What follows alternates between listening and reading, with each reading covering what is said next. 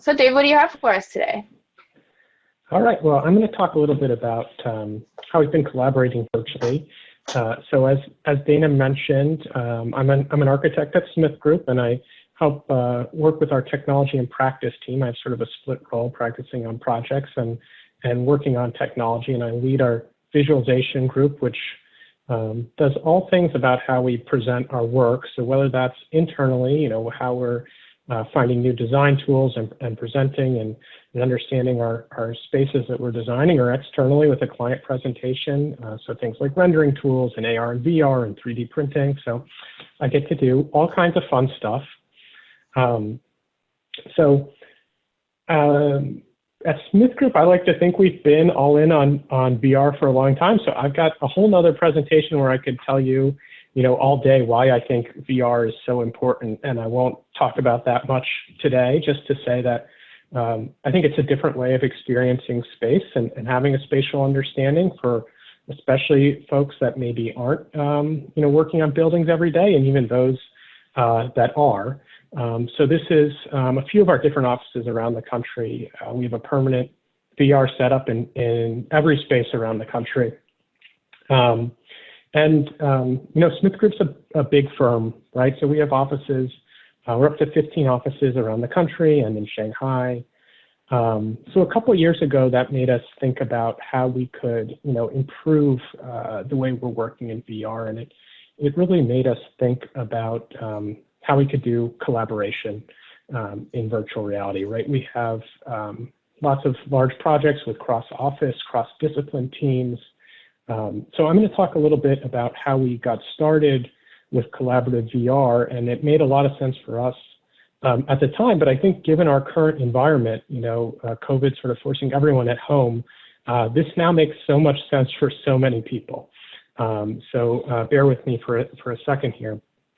I think it was maybe AU 2018, and I remember just spending a good portion of my time walking around and trying to see all the different collaborative VR tools. We knew it was something that we wanted to do. There's so many different options out there, and I would encourage everyone to sort of take a look for themselves to see the advantages and disadvantages of different tools. For us, there were a few considerations that we wanted to think about as we were deciding what type of platform to use. And for me, the most important was ease of use. It's at a couple different levels. So one is, how quickly can we move from a design model into virtual reality and have, collaborative discussions in that space, right? And we're talking about, when I'm talking about collaborative VR, I'm talking about people in different areas physically coming together in one digital space and being able to talk and see what's going on.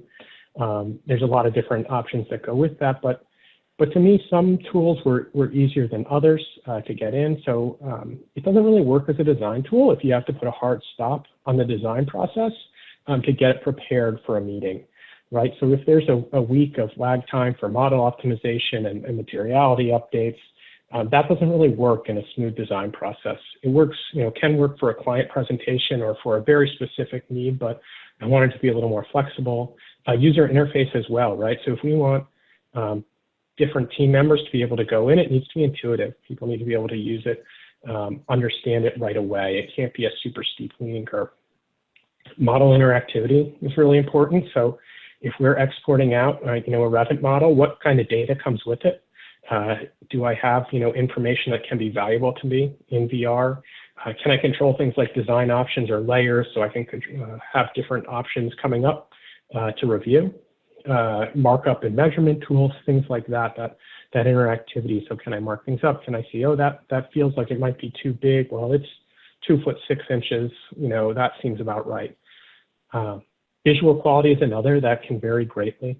Right, so what do those materials and lighting look like? Can I change the lighting for different times of day? Can I understand what this lobby is going to feel like in the winter versus summer, as well as the avatars? So that's kind of a fun one. If you're looking at the images here, it goes sort of from the bottom right, which is NVIDIA's holodeck, has these sort of futuristic robotic characters that move around to, I think my favorite is the top left, which is the wild, which is sort of this abstraction, sort of they create your body and your hands with these horizontal lines. But, the important thing is you actually get a lot of body language just by seeing your hands and your head. So if you can track others' hand movement and head movement, it makes a really big difference in the way that you're talking with each other. If you're pointing at things or where you're looking, you'd be surprised what a difference it really makes to be able to be in that space. And then the output. So, how are we getting information out of these meetings? So is there issue creation? Does it link to BIM 360?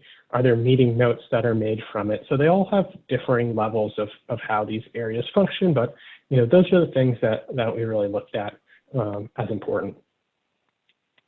And so this is one of our first collaborative VR meetings, and you'll notice that this was prior to COVID. I think this was maybe in February. And this is actually using Prospect VR, which is made by Iris. And the way we're set up actually is we've got both a conference call going. So we're connecting different conference rooms. So this is the DC office pictured, but on the TV, you see the Detroit office, and actually in the little corner, the Ann Arbor office. We have 3 offices linked together. That's me in the top left corner. I'm in an Oculus Rift S. Sven is on the right, he's in an Oculus Quest, and then Danyup and Peter are in the foreground here, and they're both on their computers. They're actually joining as well. So, and then you can see on the right all these different avatars sort of grouped together, all looking at the building at the same time and being able to communicate. So when we thought about this originally, there were a few different methods that we were looking at. So the simplest is casual design discussion. We thought that might be good for the Oculus Quest, which is, this guy here. If anybody's used these, it's very simple. It's completely wireless. There's no computer involved. And actually, Dana, I think we had a poll question maybe about what hardware folks are using if they're using it. So yes, absolutely. There you can see if you guys use a headset at your company or maybe even at home, right? Which do you use? Give you a few minutes there. But I know that this is completely different. Even if you think about the first images we saw at the different Smith Group offices where everybody is kind of just looking at someone with the headset on, right? It's like they get to experience this awesome virtual, 3-dimensional world. And, maybe they're making comments, maybe they're pointing at things as they're going through, and you have no idea what they're looking at, right? So I think you're right. The gestures and the hands and being able to see that within the environment definitely make a huge, huge benefit there. All right. Yeah. We've had about a minute. We'll end the poll here. Share the results.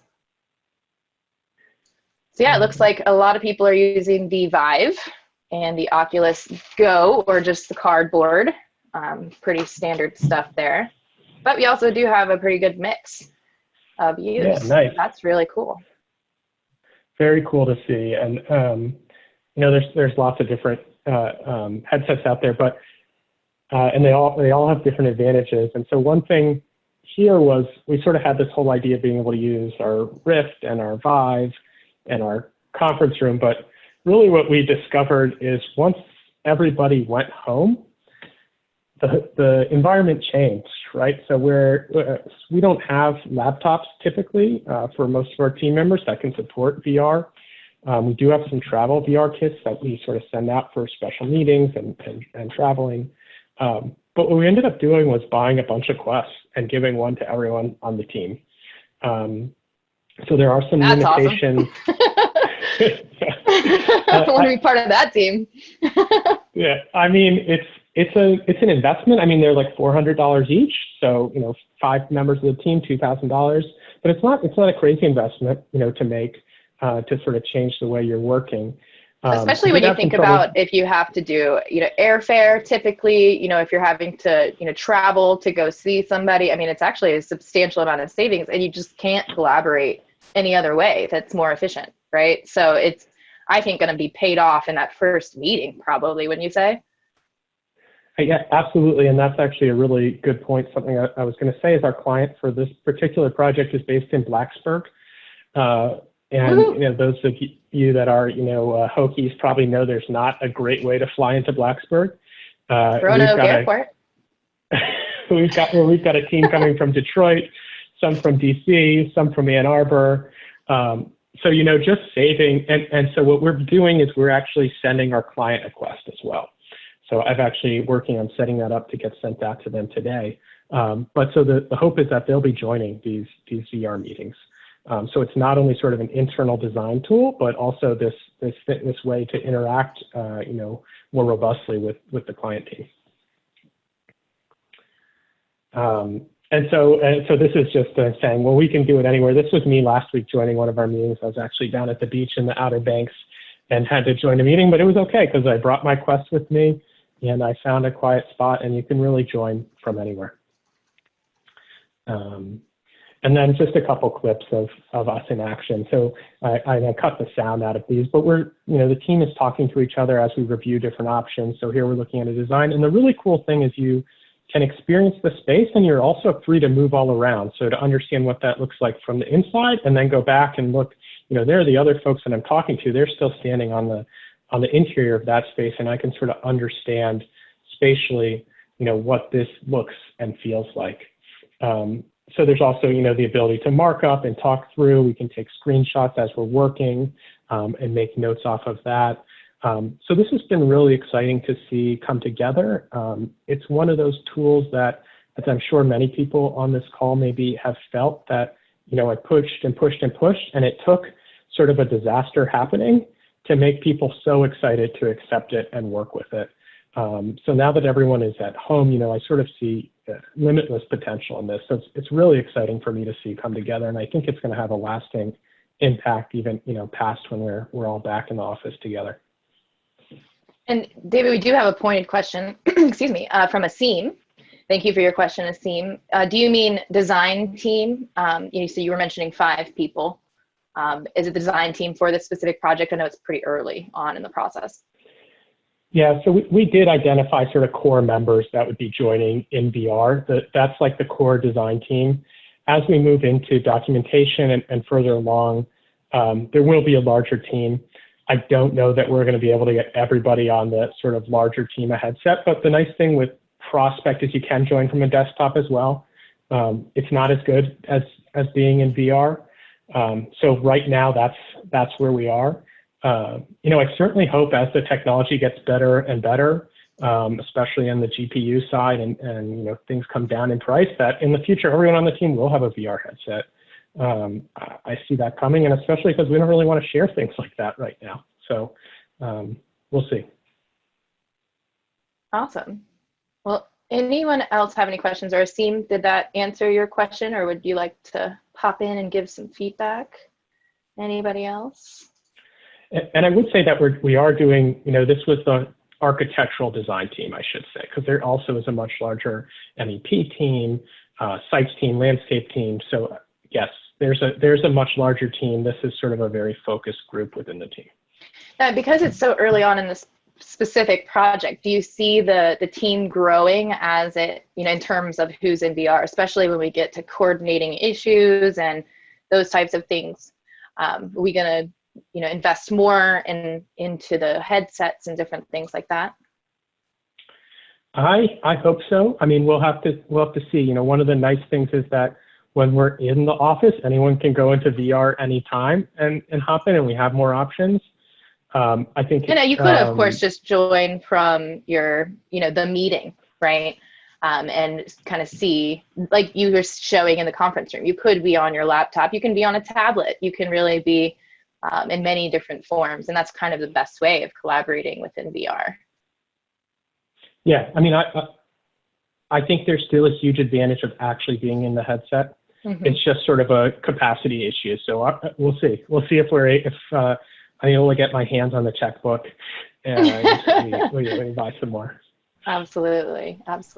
Well, thank you so much, David. Absolutely, please. Do you have to do anything when you're sending out those quests to clients and stuff to like any warnings and like what spaces they should be in, to make sure they're not, getting hurt while reviewing it if they're walking around and in space. What can you recommend for that? We haven't sort of given them, as far as safety while using a VR headset, or do you mean like seeing things in the model that we might not want them to see? Because I think both are. Oh, I hadn't even thought about that second one. No, I just want to make sure they aren't like, in their house and like falling down the stairs or something, just sort of if there's guidelines or anything that you tell them. Or like, hey, warning, this may cause nausea. And, which I know a lot of people experience. So we do our best to send them good models that don't cause nausea, first of all. So like bad and that's or something real on the Quest, because as models get bigger, it's hard for them to process it. And then it gets a little jumpy and it can be nauseating. So that's on us to some degree to make sure we're sending them good content. The safety stuff, I think we rely on. Oculus has some like standard language and like warnings that you have to click through when you open the headset. So we're going to do a training with them, like I'll hop on a conference call and walk them through using it. I'm sure I'll talk through, make sure you have a space, make sure you're not next to a set of stairs. I'm going to try not to involve our lawyers in any liability issues. And so we'll just keep it quiet on that front, I think. But I think it's common sense, and Oculus has sort of their set of regulations.